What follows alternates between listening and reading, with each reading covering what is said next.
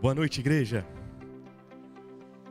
Que a graça e a paz de Jesus seja sobre a sua vida e que o poderoso, o eterno, fale ao seu coração nesse momento.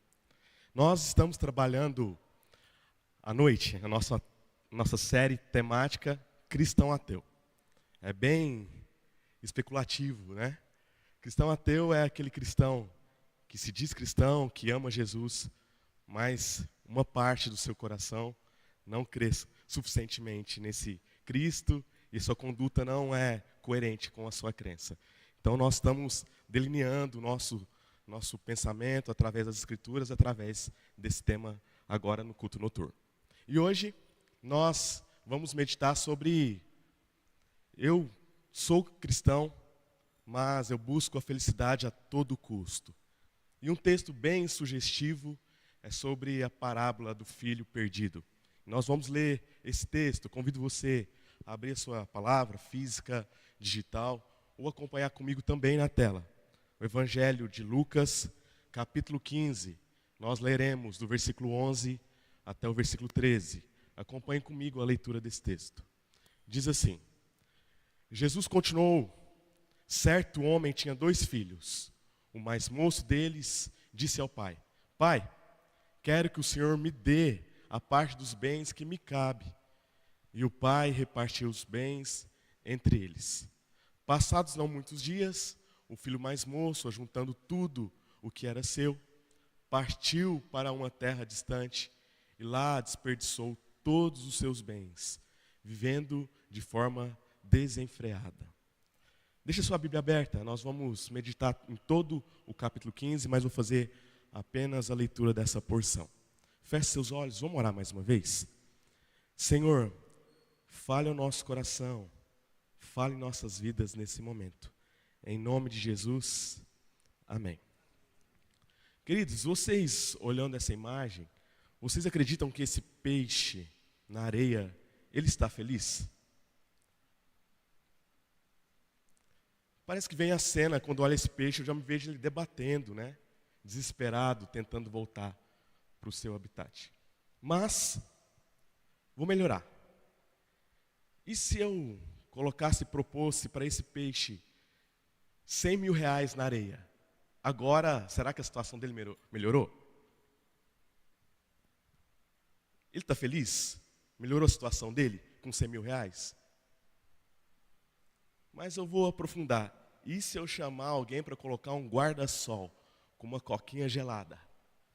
Será que melhora a situação desse peixe? Certamente não. Certamente não. E aí, Greg, ele fala que qualquer coisa diferente de água o fará ansiar pelo lugar para o qual foi criado. Qualquer outra coisa que não seja água para o peixe não faz sentido, mesmo sendo 100 mil reais, uma coca, um guarda-sol. E aqui já vem o primeiro insight para nós. Quando um cristão ateu busca a felicidade a todo custo, ele é um peixe na areia procurando por 100 mil reais. Ele está procurando na fonte errada. Nós fomos criados no Pai e para a glória do Pai. Tudo que nós buscamos é periférico. E isso só nos distancia da felicidade. Felicidade é um tema, na verdade, felicidade dá dinheiro. Se você quiser fazer uma pesquisa breve no seu aplicativo, no Amazon, coloquei uma pesquisa simples. E a palavra felicidade, ela gerou ali 100 mil resultados. Entre livro, documentário, etc. É um assunto que a humanidade anseia. Gente, 100 mil resultados. A humanidade busca a felicidade a todo custo. Quando nós nos aventuramos a buscar a felicidade a todo custo, é um terreno extremamente perigoso. E acreditar que a máxima de Deus é nos fazer feliz. Isso é tão perigoso que gera até mesmo uma teologia perigosa. Porque eu começo a buscar a Deus e inverter o valor de Deus. inverter os papéis. Deus me serve, eu sirvo a Deus para ser feliz. Mas se Deus não me servir, eu não sou feliz em Deus, eu sou alguém frustrado. E aí eu venho à igreja, oro, leio a Bíblia e não me sinto feliz. E eu vou sair por essas portas aqui, frustrado, porque eu não encontrei aquilo que eu gostaria. E hoje nós vamos ver nas Escrituras, a felicidade não é o ideal de Deus para a nossa vida. Mateus, mas como assim? A felicidade não é o ideal de Deus para as nossas vidas. E nós vamos ver no decorrer dessa noite. Outro exemplo também que nós podemos ver de forma prática é os filmes, literatura, YouTube, os coaches. Eles estão sempre batendo nessa tecla de felicidade.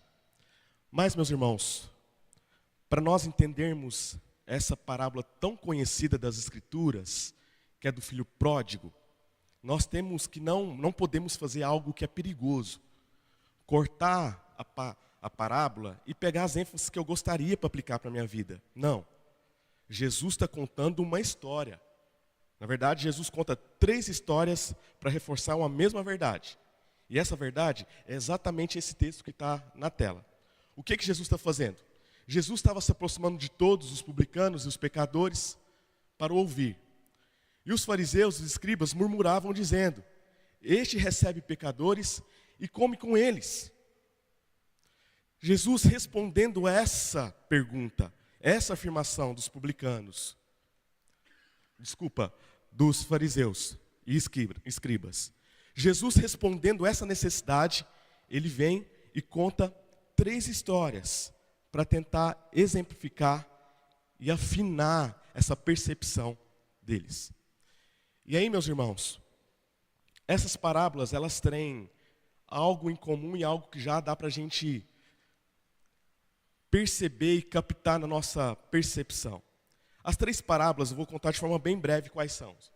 A parábola da ovelha perdida, que o pastor vai em busca, deixa as 99 no campo e busca a ovelha perdida. A outra é sobre uma mulher, que é muito interessante. Ela tem 10 moedas, tem 10 reais, ela perde uma moeda e ela começa a acender lamparina e varrer a casa para encontrar essa moeda perdida. E por fim, conta a parábola de um pai que tem 2 filhos. E esse pai vai e recebe um desafio do seu filho e fala assim: pai, eu quero minha herança. O mais novo e o mais velho permanece calado. Meus irmãos, algo em comum aqui é que a primeira parábola da ovelha, a ovelha se perde no ambiente externo, fora, no pasto. A segunda parábola é da dracma, onde a mulher perde a pratinha, a moeda, dentro da casa. E a terceira e última parábola do filho conta que houve 2 pessoas, ou 2 personagens que se perdeu. E às vezes nós damos ênfase somente no mais moço, que é aquele que saiu e se perdeu. Mas perceba que o mais velho estava perdido dentro da casa. Então a primeira parábola é alguém que se perdeu fora, a ovelha. A segunda, alguém que se perde dentro da casa. A terceira é um filho que se perde fora da casa e um filho que se perde dentro da casa. E aí, a nossa percepção e a nossa exegese, a forma de interpretar o texto, nos condiciona a interpretar essas parábolas de uma forma até meio que leviana. Por quê? A gente lê o título. Como que a gente olha? A parábola da ovelha perdida. Mas se você voltar os seus olhos e perceber que isso aqui chama muita atenção. E se eu propor para vocês, não um título como ali os editores proporam, porque ele já condiciona o problema na ovelha. Mas percebe, é a ação do pastor ir atrás da ovelha. Então, eu vou propor um novo título, não é a parábola da ovelha perdida, mas o pastor que vai atrás da ovelha. Vamos dar ênfase certa, o pastor que vai atrás da sua ovelha.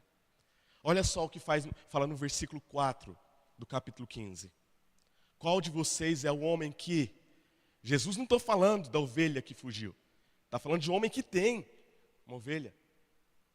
Então a ênfase é no pastor, um pastor amoroso, que dá mais ênfase em uma ovelha, que ele tem um valor precioso por ela, e ele vai atrás. E o que a gente faz? Não, é a ovelha negra, que foge, que se perde. A gente coloca a ênfase errada, porque nós estamos condicionados pelo título do texto. Olha só, nós estamos condicionados, às vezes, pelo título. E o título ali, meus irmãos, da Bíblia, ele não é inspirado, ali é coisa do editor, ele quer ensinar você a dividir a Bíblia, mas às vezes ele mais nos confunde. E a segunda, que é a parábola da dracma perdida. Mas como essa dracma perdida? Como assim? Na verdade, a mulher que vai em busca da sua dracma perdida. E aqui, meus irmãos, é até engraçado essa parábola aqui, porque aquela mulher ela perde uma das suas moedas, e ela procura, busca, e quando ela encontra, ela dá uma festa. A festa certamente ficou mais caro do que o valor da moeda. Que verdade que é essa que Jesus está me ensinando? Que uma mulher dá uma festa porque acha uma moeda? É porque Jesus está nos falando que Ele dá mais valor em quem nós somos do que as pessoas atribuem a nós. Aquela mulher dá aquela festa porque tinha um valor imensurável aquela moeda. Ela não está falando de dinheiro e de valor. Jesus já começa lá. E percebam, que a mesma mensagem nas três parábolas. Existe alguém que se perde, existe uma busca, existe festa, existe celebração no final disso tudo. E por fim, chega aqui a parábola do filho pródigo, muito conhecida, a parábola do filho pródigo. Mas na verdade a grande ênfase é a busca de um pai amoroso pelos seus filhos. Aqui nós não estamos falando do filho que se perdeu, mas da ação do pai em buscar e resgatar esse filho. E aí Jesus, colocado à mesa, e come com os pecadores, publicanos. Isso gerava muito escândalo para os judeus. Isso gerava muito escândalo para os fariseus, para os escribas. Por quê? E Jesus está contando essa história para explicar por quê. Gente, até conviver vai. Mas chamar para comer junto? Ô Jesus, tá bom, né? Chega, comer com esses caras aí. Pecador? Tá louco? Meus irmãos, não sei se você já tiver essa experiência de comer com alguém desconhecido. É uma sensação no mínimo estranha. Fica sem assunto, você come, você fica assim, nossa, será que eu estou comendo com a boca aberta? Será que está reparando? Você já tiveram essa impressão? Que comer com alguém é algo extremamente íntimo. E Jesus fazia isso com os pecadores, com o samaritano, com o gentil, aquele que não era salvo aos olhos dos religiosos da época. E para exemplificar isso de forma bem clara, os judeus, os escribas, os fariseus falavam assim para os seus filhos: filho, você sabe por que a gente lava a mão para comer? Ele está assim, não pai, a gente não sei. O tamanho da crueldade. O pai explicava para os filhos assim: se por acaso um dia, filho, você está descendo numa escada, encostou a mão no mesmo lugar que um samaritano. Imagine, você passou ali, encostou ali, no mesmo local. E naquela época eles comiam, não tinha talher. Você vai comer, pegar o pão e pôr para dentro. Meu filho, você tem que lavar as mãos. E por isso que Jesus já refuta. Lembra que Jesus fala? O que envenena, o que faz mal, não é o que entra, é o que sai. Já era uma máxima. Jesus já estava desconstruindo esse conceito de segregação, de pessoas que segregavam. Então Jesus vem e conta essas três histórias para exemplificar exatamente isso e chega no ápice, na história do pai que busca o filho, aquele filho que estava buscando alegria a todo preço. Meus irmãos, essa história ela é profundamente teológica, ela tem um caminho muito claro da conversão. A partida, ela mostra sobre o pecado. Quando nós abrimos mão e queremos viver de forma desenfreada, buscando a nossa felicidade. A miséria, em uma terra distante, é a consequência do nosso pecado. Quando a gente nos guia pelos nossos próprios impulsos, certamente vai dar errado. É a consequência. A contrição pelo pecado, ali no versículo 17 a 19, nos mostra o arrependimento daquele filho. Existe um trilho, existe uma lógica. E aí quando ele retorna para a casa do pai, é a conversão, a mudança de rota. E por fim, quando o pai recebe de braços abertos, beija aquele filho, é a justificação. Ele está perdoado. Ele foi de novo recolocado no lugar onde ele nunca tinha que ter saído. Levando tudo isso em consideração, meus irmãos, a parábola do filho pródigo não está falando do filho, está falando do pai. Um pai que ama, um pai que vai em direção do seu filho. Isso faz o que? Mateus, mas o que isso tem a ver com a nossa temática? Eu creio em Deus, mas eu busco a felicidade a todo preço. É que a nossa verdadeira felicidade, ela só é encontrada quando nós estamos na casa do Pai, com o Pai. E aí a primeira coisa que eu gostaria de destacar nesse texto tão maravilhoso é que o Pai, Ele oferece seu favor imerecido a nós. E Ele faz isso com o Filho. Perceba, versículo 12, diz assim: o mais moço deles disse ao pai: Pai, quero que o Senhor me dê a parte dos bens que me cabe. E o pai repartiu os bens entre eles. O pai repartiu. Meus irmãos, essa repartição do pai, ela chama muita atenção. Mas Fritz, ele fala assim que esse aspecto, sobre o aspecto psicológico, a parábola do filho perdido, já foi delineada de uma forma muito especial e magistral. Contudo, essa tônica da terceira parábola não recai sobre o filho perdido, nem sobre a sua perda, nem sobre o seu retorno para casa, mas sobre esse pai. Não chama a sua atenção o fato do pai não questionar o filho? Você que é pai e você que é mãe, quando seu filho te pede algo, você dá de bate-pronto? Primeira pergunta é: filho, mas para quê? O porquê? O porquê que esse pai não faz nenhuma indagação para o seu filho? E meus irmãos, fazer uma nota bem importante aqui também sobre essa questão do pai. Você vai perceber que todo o enredo é sobre um pai. E eu sou muito sensível e eu pensei em você, que não tem um pai presente. Você que não teve referência de pai, essa mensagem também é para você. Porque o pai que está descrito aqui não é um pai utópico, é o pai dos pais, é o nosso Deus. Então a palavra pai aqui se refere ao Salvador da humanidade, aquele que vem ao encontro às nossas vidas, tudo bem? Não estou falando do pai, a simbologia nossa, tá? Porque às vezes você tem algum trauma com o seu pai, e eu não quero que você faça isso. Projete isso no nosso Pai Celestial. Esse Pai Celestial faz isso. Ele não questiona o filho. Ele simplesmente faz o quê? Reparte. Pega a parte do filho. Mas moço, filho, está aqui.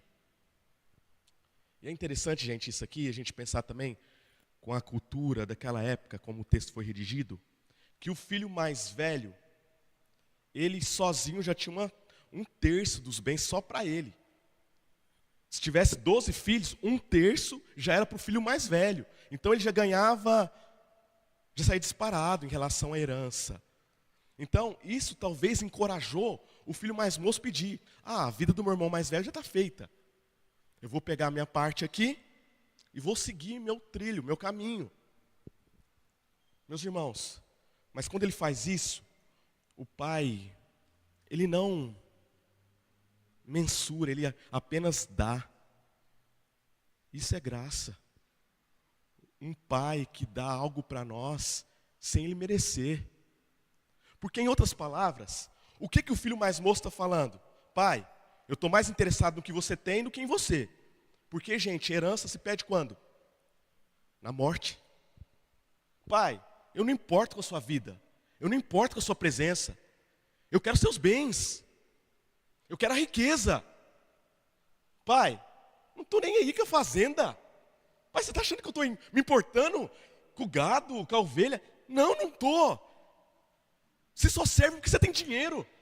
Gente, imagina essa cena de um filho pedir isso para um pai em vida. Ele está falando em outras palavras: eu não me importo com você, pai. Pai, eu não me importo. Eu me importo com aquilo que você pode me fornecer.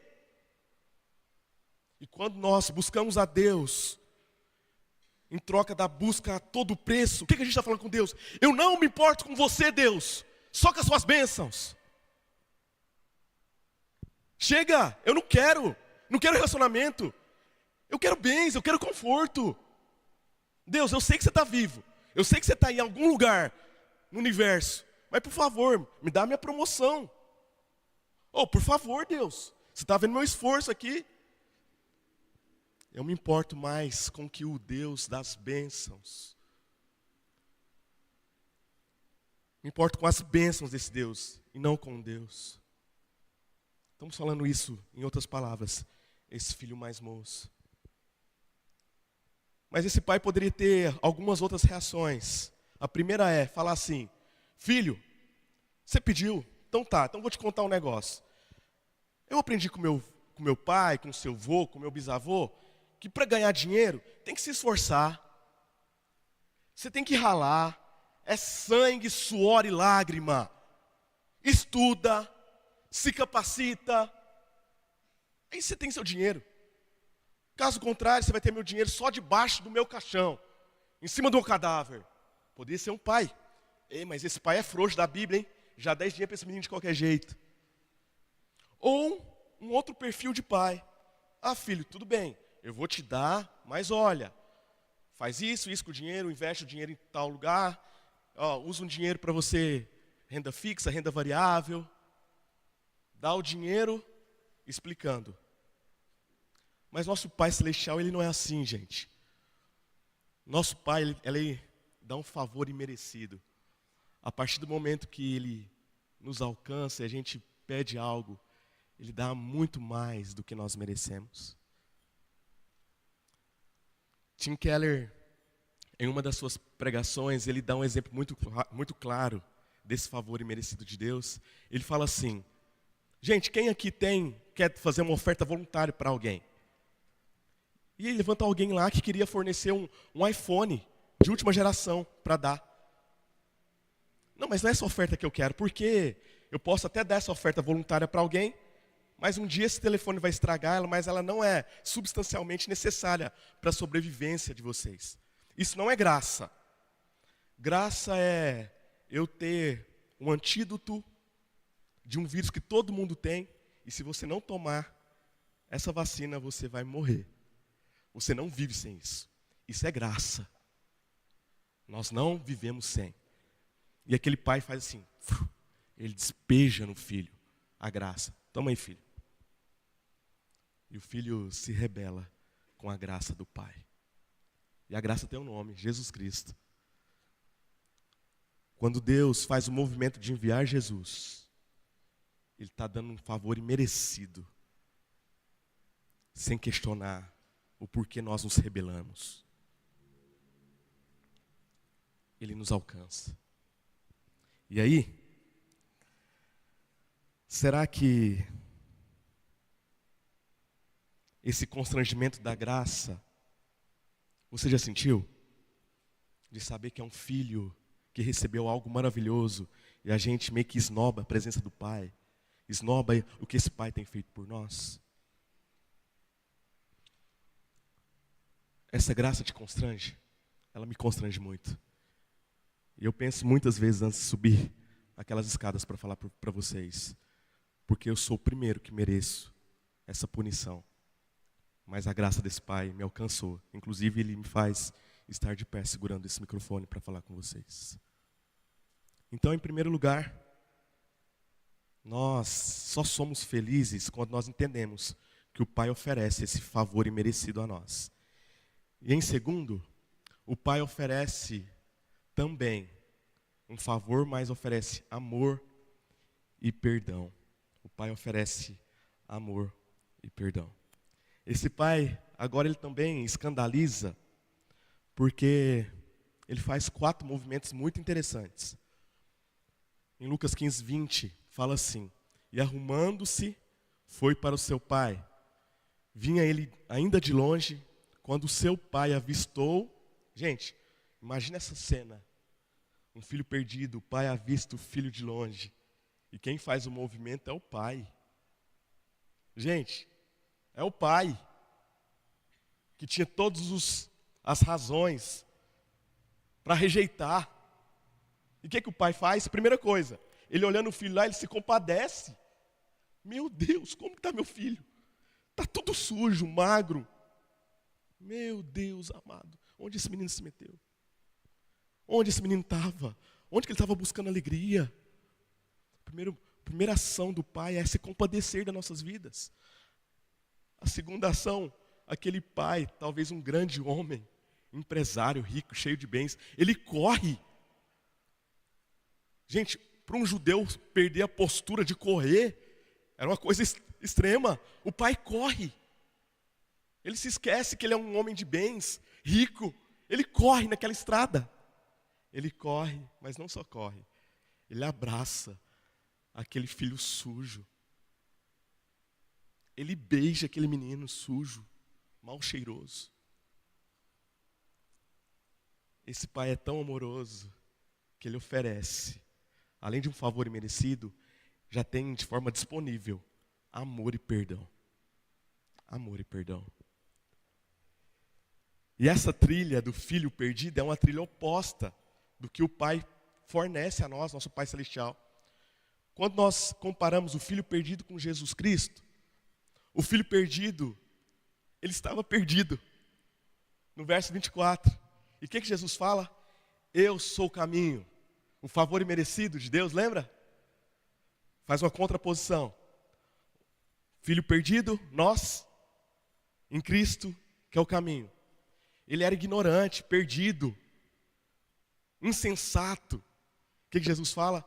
Eu sou a verdade. Você está confuso?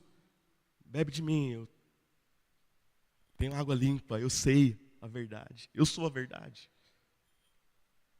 E ele estava morto, sem pulso, sem reação nenhuma. E Jesus diz: eu sou a vida. Pode vir, eu sou a verdadeira felicidade.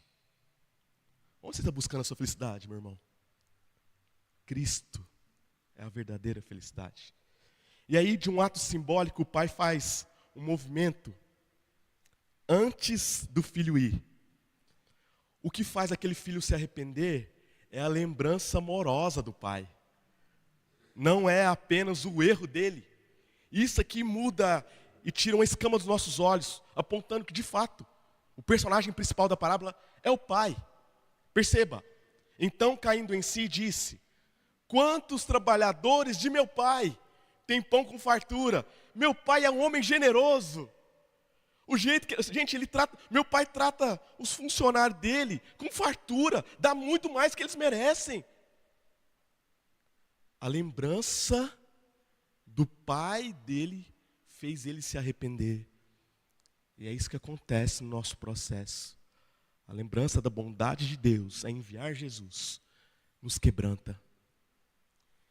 E aqui ele fala: eu estou aqui morrendo de fome. E meu pai sendo generoso com os trabalhadores.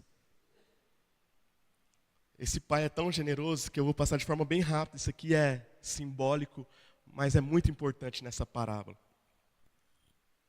Existem 3 ações simbólicas, que a primeira é: ele mandou os empregados pegar uma vestimenta nova para o filho.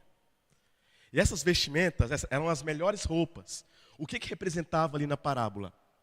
Que as roupas novas representavam o perdão que era concedido. Filho, tira as suas vestimentas velhas, coloca roupa nova, revestivos. Lembra que Paulo fala isso? É trocar a roupa velha. Quando o pai troca a roupa, ele está falando assim: filho, você está perdoado. Coloca uma roupa de quem está perdoado, uma roupa clara, sem mancha. Segundo, Uma outra ação simbólica do pai. Ele ordenou que os servos trazessem sandálias para o seu filho, para colocar nos seus pés. O que é isso aqui? Gente, só os escravos que andavam descalços.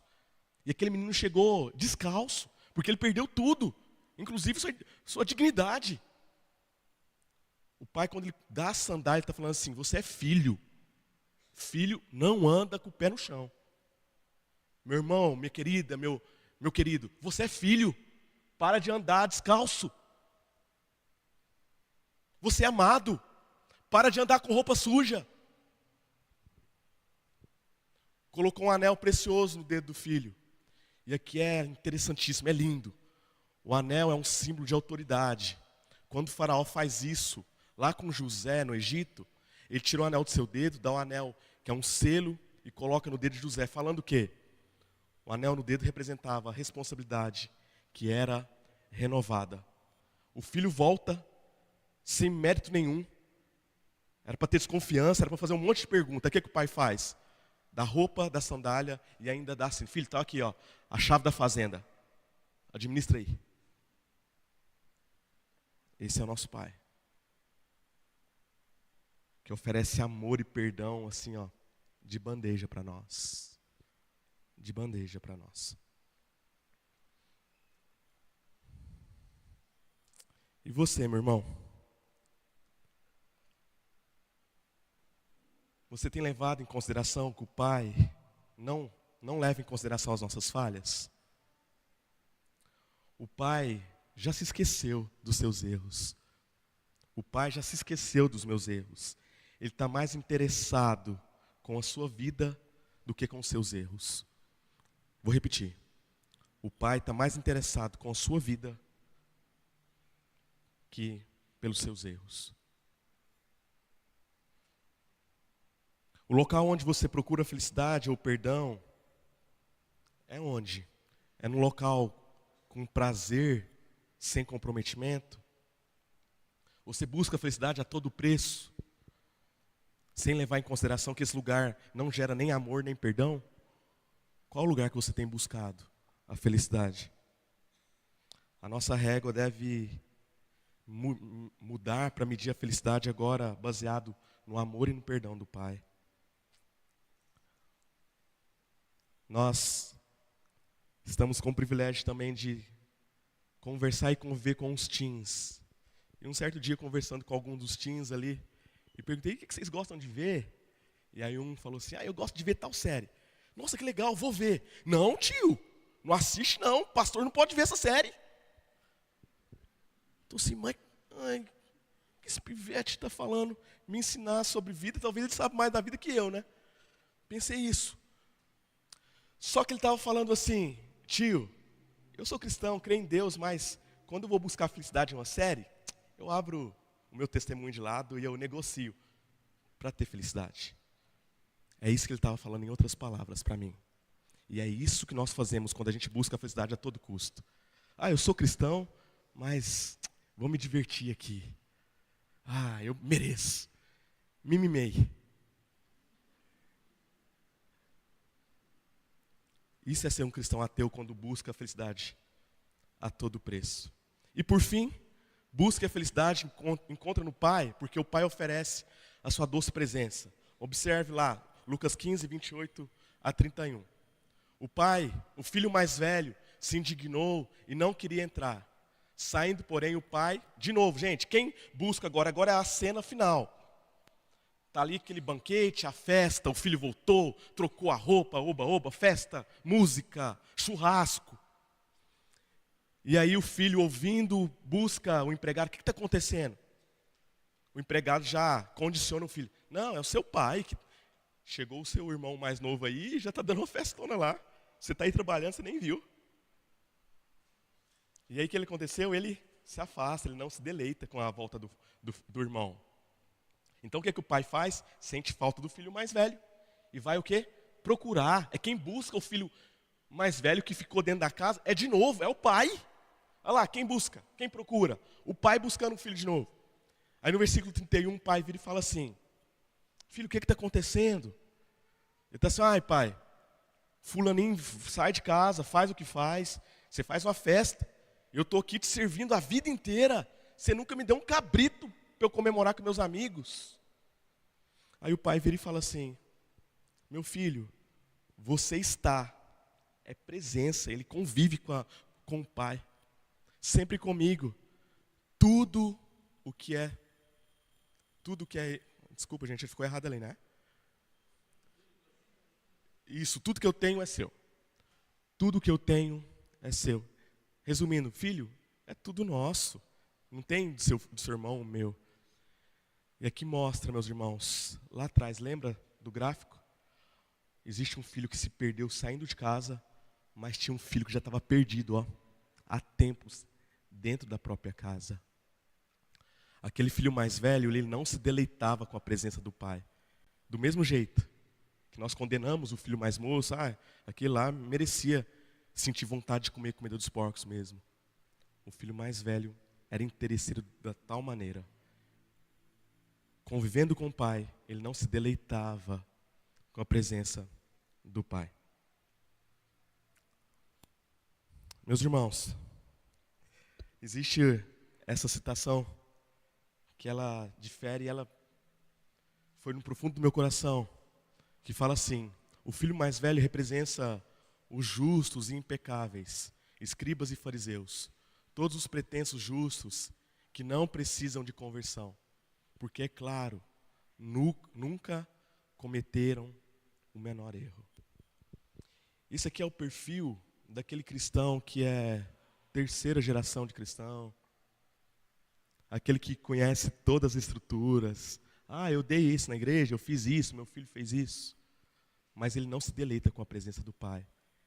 Ele ama mais aquilo que o pai tem, o histórico, do que realmente a presença de um pai amoroso. Talvez, no meio de nós, dentro da igreja, tem filhos perdidos. E a gente tem a lupa para ficar apontando lá fora, o fulano de tal que está lá. Talvez nosso meio aqui tem filhos precisando de perdão também. E essa mensagem é para você e para mim. Para você e para mim. O filho mais velho, ele representa os crentes antigos, que acham que o tradicionalismo e o histórico familiar fala mais alto que o amor ao próximo. Cuidado. O filho mais velho são os crentes que contam com as suas gerações e se apoiam nisso como se tivesse um camarote garantido na presença de Deus e suas bênçãos. Cuidado, filho mais velho, você que ficou em casa. Cuidado, cuidado. No dia 12 de agosto desse ano, a IPB completou 165 anos. E saiu um post oficial, dando parabéns para a igreja, né? E eu fui olhar os comentários no Instagram. Gente, é brincadeira de comentário que tinha assim, de crentes, tá? Eu sou a 11ª geração de cristãos. A IPB tem o privilégio de ter minha família. É triste. A IPB é a igreja mais séria que existe. Era uma celebração do avanço missionário. Não era a exaltação da instituição. Percebe o que o filho mais velho faz? Cuidado. Cuidado. Esse alerta é para mim. Sou terceira geração de presbiterianos. E o que tem isso a ver? E daí? A pergunta é essa, e daí? O cristão que se arrependeu hoje, no último dia da sua vida, no seu último fôlego, ele vai descansar nos braços do Pai, assim como eu vou. Então, busque a felicidade na presença do Pai. Que esse Pai, ele tem favor imerecido, ele tem amor e perdão para fornecer e oferecer, e ele fornece a sua própria presença. E essa presença, já convido a equipe de louvor para subir, ela é a fonte das nossas vidas. Quando você for buscar a felicidade, lembre-se que a felicidade ela existe, ela está numa pessoa, Jesus Cristo, na bondade do Pai. que dá um favor imerecido. Existe amor e perdão, mas a presença de Jesus é real, é viva, Ele é vivo e presente, meus irmãos. Desfrute dessa felicidade hoje, você também, que ela está disponível para você. Perdão, graça e amor. Vamos adorar e louvar o nosso Senhor, sabendo que Ele é a fonte da nossa alegria.